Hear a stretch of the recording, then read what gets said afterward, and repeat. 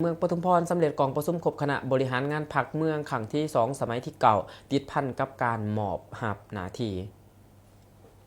กองประชุมได้จัดขึ้นในวันที่2พฤษภาคมนี้อยู่ที่สโมสรของเมืองโดยการให้เกียรติเป็นประธานของสหายสมบูรณ์เฮืองวงศาคณะประจำพรรคแขวงห้องเจ้าแขวงมีสหายสมจิตแพงสวัสดิ์เลขาคณะบริหารงานพรรคเมืองมีบรรดาสหายคณะบริหารงานพรรคเมืองคณะพรรคหากฐานกลุ่มบ้านมีเลขาหน่วยพรรคของการอ้อมขางภายในเมืองเขาห่วมสหายสมจิตแพงสวัสดิ์เลขาคณะบริหารงานพรรคเมืองได้กล่าวเปิดกองประชุมอย่างเป็นทางการซึ่งให้หูว่ากองประชุมครบคณะบริหารงานพรรคเมืองครั้งที่2สมัยที่เก่า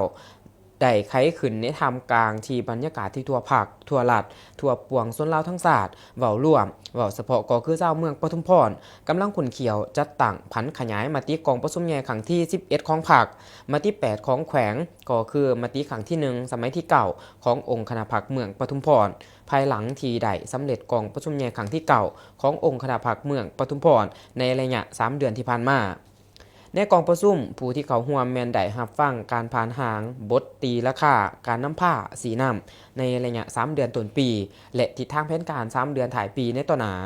ผ่านแผนดำเนินงานของคณะบริหารงานพรรคเมืองปทุมพรปี2025หาปี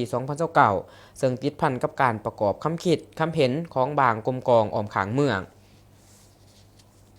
จากนั้นสหายแขกแก้วเส้นยวงศ์คณะประจำพรรคเมืองหัวหน้าคณะจัดตั้งเมืองก็ได้ขึ้นผ่านมติตกลงของคณะประจำพรรคเมืองว่าด้วยการแบ่งความรับผิดชอบของคณะประจำพรรคเมืองสีนำหากฐานกลุ่มบาทมติตกลงของคณะประจำพรรคเมืองว่าด้วยการแต่งตั้งบรรดาเลขาหน่วยพรรคอ้อมขางเมืองและมติตกลงว่าด้วยการถอนพนักงานลงก่อสร้างหากฐานการเมืองและพัฒนาชนบทหอบด่านบางกลุ่มบาทกับคืนกรมกองโอกาสนี้ก็ได้มีพิธีมอบรับหน้าที่การนำขันสูงของเมืองก็คือ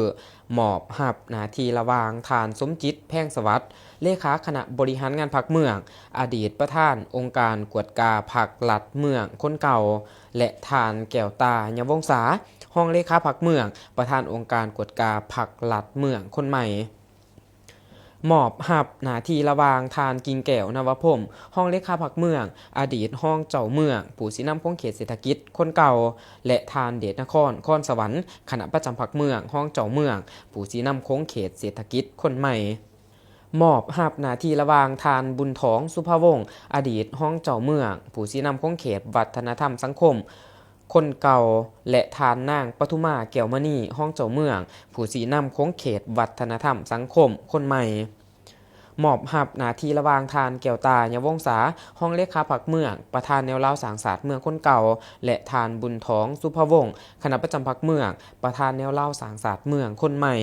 ตอนถ่ายกองประชุมสหายสมบูรณ์เฮืองวงศาคณะประจำพรรคแขวงห้องเจ้าแขวงยังได้มีคำเห็นโอล่มต่อกองประชุมเพื่อเป็นบอนเอียงในการจะตั้งปฏิบัติมติกองประชุมในครั้งนี้ให้มีผลสำเร็จ